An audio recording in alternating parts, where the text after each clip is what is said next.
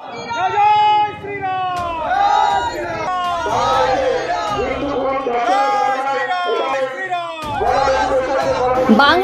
হিন্দুদের খুন, ধর্ষণ এবং নির্মম অত্যাচারের বিরুদ্ধে গর্জে উঠল উত্তর দিনাজপুর হিন্দু জাগরণ মঞ্চ।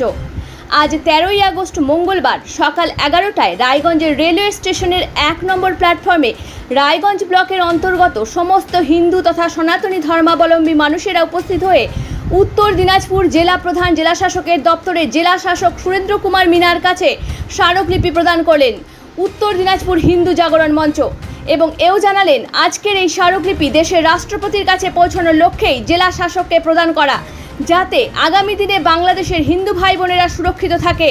তার জন্য ভারত সরকার যেন সেই দিকটি গুরুত্ব সহকারে বিবেচনা করেন এবং এনআরসি লাগু হওয়া নিয়ে সরব হন।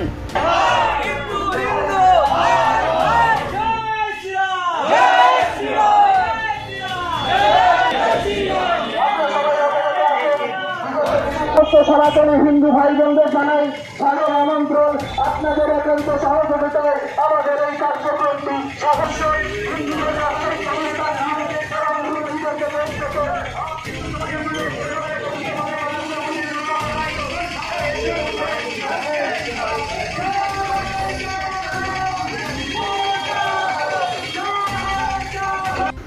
আজকের এই কর্মসূচি নিয়ে হিন্দু জাগরণ মঞ্চের উত্তরবঙ্গ প্রান্ত সংযোজক সৌমিত্র দে আর কি জানালেন, আসুন শুনে নেওয়া যাক। কি দায়িত্বে আছেন আজকের এই প্রোগ্রামে? আজকে আমার নাম সৌমিত্র দে, হিন্দু জাগরণ মঞ্চের উত্তরবঙ্গ প্রান্ত সংযোজক। আজকে হিন্দু জাগরণ মঞ্চের পক্ষ থেকে আমাদের রায়গঞ্জ ব্লক ভিত্তিক উত্তর দিনাজপুর জেলা শাসককে মাধ্যমে রাষ্ট্রপতিকে আমরা স্মারকলিপি প্রদান করব। কি উদ্দেশ্য হচ্ছে বাংলাদেশে যে হিন্দুদের প্রতি অত্যাচার হচ্ছে তার জন্য ভারত সরকারকে সঠিক পদক্ষেপ নিতে হবে এবং বাংলাদেশে হিন্দুদের পাশে থাকতে হবে।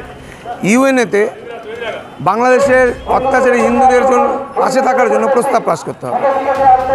বাংলাদেশে কীরকম অত্যাচার হচ্ছে হিন্দুদের? বাংলাদেশে হিন্দুদের ঘরবাড়ি ভাঙছে, বাংলাদেশে হিন্দুদের যাদের হিন্দুদের নামে ব্যবসায়িক প্রতিষ্ঠান আছে ব্যবসায়িক প্রতিষ্ঠান লুটপাট করছে এবং হিন্দু নারীদের প্রতি ধর্ষণ হচ্ছে।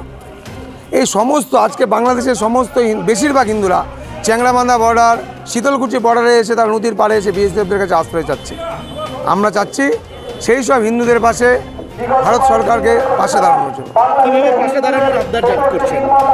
আমরা ভারত সরকার থেকে ভারত সরকার কূটনীতিকভাবে বাংলাদেশের হিন্দুদের পাশে দাঁড়াক এবং কূটনীতিকভাবে চাপ সৃষ্টি করে বাংলাদেশের হিন্দুরা যাতে সেই দেশে সুরক্ষা নিয়ে থাকতে পারে এবং অবিলম্বে এনআরসি চালু করতে হবে। এনআরসি চালু হলে আজকে বাংলাদেশের যে মৌলবাদীরা আসবে তাদের কাছ থেকে আমরা রক্ষা পাবো। সেই জায়গাটা তো বাংলাদেশের তো যে অত্যাচার হচ্ছে বা যারা আশ্রয় চাচ্ছে বাংলাদেশে, সেই ব্যাপারে কি বলবেন? তাদেরকে আশ্রয় দেওয়া এখনো পর্যন্ত বাংলাদেশ থেকে আশ্রয় নেওয়ার পর এই দেশে এখনো কেউ আসেনি। যখন আসবে তখন আমরা ভাববো, তখন ভারত সরকারকে ভাবার জন্য আমরা আবার ডেপুটেশন দিব। বিভিন্ন ভিডিও মাধ্যমে ফেসবুকের মাধ্যমে দেখতে পাচ্ছি বিভিন্ন বর্ডারে প্রচুর বাংলাদেশি দাঁড়িয়ে আছে, সনাতনীরা দাঁড়িয়ে আছে। তারা ইন্ডিয়াতে ঢুকতে চাচ্ছে। তারা ভারত সরকারের এবার ইন্ডিয়াতে ঢুকতে চাইলে তো ঢুকা যাবে না, ভারত সরকার যতক্ষণ গ্রিন সিগন্যাল না দেবে। এবার আমাদের ভারত সরকারের কাছে মহামান্য রাষ্ট্রপতির কাছে এটাই আবেদন থাকবে যে বাংলাদেশের হিন্দুরা যাতে ওই দেশের সুরক্ষায় থাকতে পারে। ওই দেশ থেকে আস্তে আস্তে আজ থেকে 50 বছর আগে আমাদের বাপ ঠাকুর দ্বারা এসছে, আজকে আর এরা আসবে। এরকম করতে হলে বাংলাদেশের দেশ স্বাধীন 22% হিন্দু ছিল, এখন 7% হচ্ছে। আস্তে আস্তে বাংলাদেশ হিন্দু শূন্য হয়ে যাবে। আমরা চাচ্ছি না বাংলাদেশ হিন্দু শূন্য। বাংলাদেশের হিন্দুরা ওই দেশেই স্বাধীনভাবে থাকতে যেতে পারে সেই ব্যবস্থা ভারত সরকার করবে, এটাই আমাদের ভারত সরকারের কাছে অনুরোধ। আজকে আপনাদের র্যালিটা কতটুকু করবে? আমরা এখান থেকে র্যালি করে শিলিগুড়ি মোড় পর্যন্ত যাব। শিলিগুড়ি মোড়ে র্যালি শেষ করে আমরা ডিএম এর কাছে ডেপুটেশন দেব।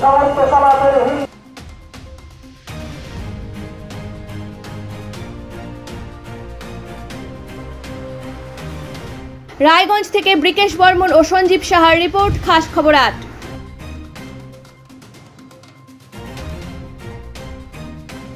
এখন আপনিও রিপোর্টার, আপনার এলাকার যে কোনো খবর পাঠান এই নম্বরগুলোতে।